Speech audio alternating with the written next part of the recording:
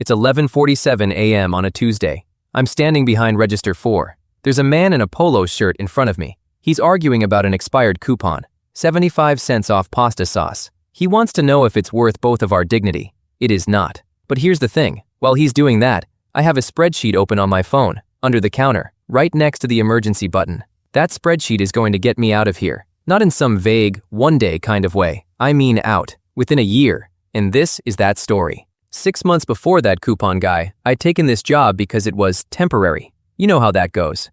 Temporary turns into 2 months. 2 months turns into 6. 6 months turns into your coworker Linda. She looks you dead in the eye. She tells you she just got a 25-cent raise after 11 years here, and she's smiling. Like that's good news. Linda is genuinely the kindest human being I've ever met in my life. And watching her say that with a straight face was the moment something changed in my brain. Not like a lightning bolt, more like a slow, quiet panic. The job itself wasn't what you'd call brutal. Stand here, scan stuff, say, "Do you have a rewards card?" 400 times a day. Go home smelling like whatever was on special. Repeat. But around hour 5 of any given shift, there's this feeling that sets in. Not boredom exactly. It's more like you can feel your potential just sitting in the corner of the room, parked, doing absolutely nothing. I started doing the math one day on my lunch break. I was sitting in my car, eating a sandwich I'd made at 6 a.m. I was too broke to keep buying the $11 wrap from the deli next door. I was making $14.50 an hour, 35 hours a week. That's $26,000 a year. After cutting every expense, barely $380 left. This job wasn't my future. It was funding my exit. $380. That was the gap between where I was and doing literally anything else. At that pace, saving up 8 months of living expenses would take me close to 3 years. 8 months was my personal threshold, the point where I'd feel safe enough to actually quit. 3 years of, "Do you have a rewards card?" So that's when I opened the spreadsheet. I want to be honest with you about something before we get into this. I didn't have a genius idea. I didn't discover a loophole. I didn't go viral overnight. The plan I built was, by every measure, boring. It was just boring decisions made consistently. And they stacked up in a way I genuinely did not expect. The first thing I did was figure out where my money actually went. Not where I thought it went, where it actually went. I sat down on a Sunday afternoon and went through 3 months of bank statements. It took about 2 hours. It was, honestly, a little horrifying.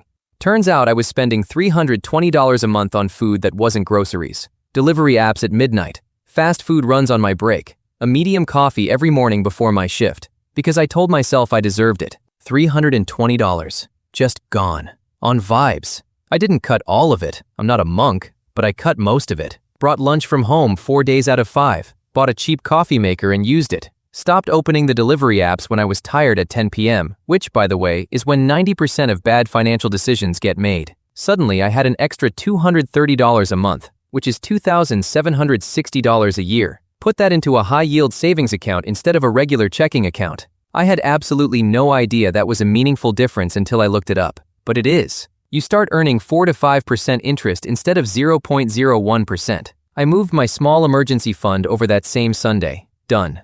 Not exciting. Just money working slightly harder than before. That one move also did something I didn't expect. It made financial stuff feel less like a foreign language. I'd always treated money like something that happened to me, not something I could actively point in a direction. Moving that fund took about 4 minutes, but it was the first time I felt like I was making a decision, rather than just reacting to a number on a screen. Now here's where it gets to the side hustle part. I have to tell you, I tried 4 things before anything actually worked. Dropshipping. I tried it for 6 weeks. It wasn't for me. I tried flipping thrift store finds on eBay, made about $180 over 2 months. Fine, but the time-to-dollar ratio was rough. I tried writing for content farms. The pay was around $8 per article. When you factor in the time to research and write, that's less than what I made at the register. But then I started writing about what I actually knew. The job, the chaos of retail, the specific wildly relatable things that happen when you work with the public every single day. I started a free short-form newsletter, just writing twice a week. I posted about it exactly once, on a Reddit thread for retail workers. 200 people subscribed that first week. Without a website, without a following, without doing anything except describing what my Tuesday looked like. That was the signal. Not a guarantee, just a signal. Enough to keep going. I wrote on my lunch break. I wrote between customers when the line died down. I wrote in the parking lot some nights before I could convince myself to drive home. The newsletter grew to 800 people by month 2. And here's something I had to learn the hard way about building any kind of audience. Whether it's a newsletter or a YouTube channel or anything else, the first stretch is the loneliest part. You're putting work out into what feels like a completely empty room. No feedback, no numbers that feel meaningful, just you and the blinking cursor, and the faint suspicion that you might be wasting your time. The way I got through it was by detaching from the outcome for about 6 weeks, just treating it like a skill I was building. I wasn't trying to grow a newsletter, I was practicing writing clearly and specifically about something real. Those are different mental frames, and the second one is way more sustainable when nothing is happening yet. By month 4, the list had hit 2,400 subscribers, and I got my first sponsorship offer, $180 for one email, which is, objectively, not a lot of money. But it was proof that someone thought my audience was worth paying for. That feeling is completely different from a paycheck. Qualitatively different. It's the difference between being compensated for your time and being recognized for what you built. I kept the cashier job the whole time. This is the part that gets skipped in every Escape Your 9-to-5 video. The escape fund. You genuinely need one. Quitting impulsively because you had one good week is how people end up right back where they started. Except now they're also stressed. I set a number.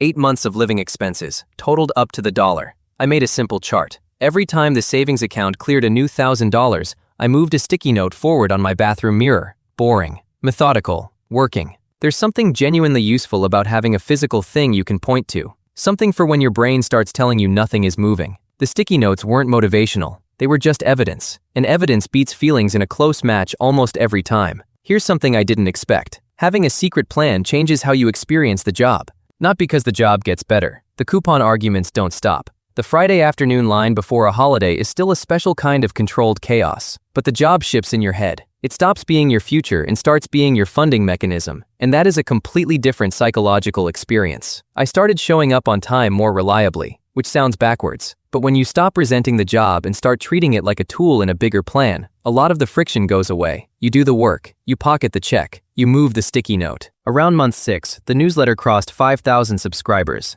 Then something small happened that changed the trajectory. A post I wrote about a specific interaction with a customer got picked up by a larger newsletter with 60,000 readers. The kind of story that's funny in a I want to scream kind of way. They linked it. My list went from 5,000 to 9,400 in about 5 days. My second sponsorship paid $550. The third paid $1,400, and I started getting emails from strangers. Things like, I work at a call center and you are the only person who describes this correctly.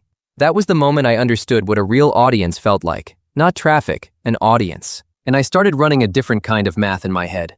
Not how long until I hit the savings target, but how much the newsletter could realistically earn on its own. If I kept building it at this pace, I wasn't there yet, but I could see a number. A number that, if I hit it, meant I didn't need the register anymore. That was a new feeling. Month 7, I had a rough stretch. Nothing viral, no new sponsors. Wrote 4 issues and none of them felt particularly good. I started having the maybe this isn't real conversation with myself again. Which, by the way, never fully goes away. You just get better at not letting it steer. But month 8, the savings account hit the target. I counted the number on my phone about 6 times to make sure the math was right. I gave 4 weeks notice. My manager, genuinely a good guy, asked if there was anything they could do to keep me. I thanked him and told him no. He said he was happy for me. I think he meant it. The walk to my car on the last day was strange. Not triumphant, not cinematic, just quiet. Like a noise I'd gotten so used to that I stopped hearing it had finally turned off. 9 months. A spreadsheet, a free newsletter, a high-yield savings account, and a lot of boring Thursday nights writing on my phone instead of scrolling. That was the whole plan. And now I want to tell you the part I'd have actually wanted to hear when I was in month 3, thinking the whole thing was stupid. Month 3 was the hardest stretch. I almost deleted the newsletter. I thought it was naive. I thought I was the kind of person who tries things and quietly gives up. A sponsor I'd been in conversations with for 2 weeks ghosted me after my 3rd follow-up email. I sat in the parking lot after a shift and genuinely considered just accepting the job. And not in a dramatic way, in the most ordinary way. The thought was something like, maybe Linda's right. Maybe this is just what work is. Maybe the people who get out are just different from me. That's the version of quitting that actually gets people. Not the explosive burnout, the quiet convincing, the slow talk yourself into it. The kind that happens around 9 p.m. when you're tired and nothing has clicked yet.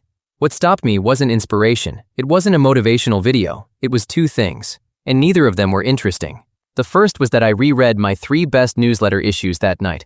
The ones where people had replied with actual sentences. One woman had written back saying she forwarded it to her sister who worked in a call center. That email had 8 words in it. It didn't make me feel famous. It made me feel like the writing was doing something, even slowly. And deleting it would just be erasing work I'd already put in. for no reason other than impatience. The second thing was the savings account. It had $2,100 in it by then. That $2,100 had nothing to do with hope. It was just math I'd already done. And somehow, the math felt more real than the doubt did. That's the thing nobody warns you about. The boring stuff is actually load-bearing. The spreadsheet isn't motivational, it's structural. And when the feeling tanks, the structure stays. So, that's the story. The trapped in a dead-end job feeling is real. I'm not going to pretend it isn't. But it's not permanent unless you start treating it that way. The gap between where you are and where you want to be is almost always smaller than it looks, and almost always closable with decisions that are more boring than inspiring. An hour less on delivery apps, a different savings account, a first draft of something you've been putting off for a month. Start with one boring thing this week. Not a plan, not a vision board, one thing. And if you want the actual mechanics, the savings account specifics, the sponsorship process, how to build an audience when you have no following, that's the next video. It's on screen right now. Subscribe if you're new. More of this is coming.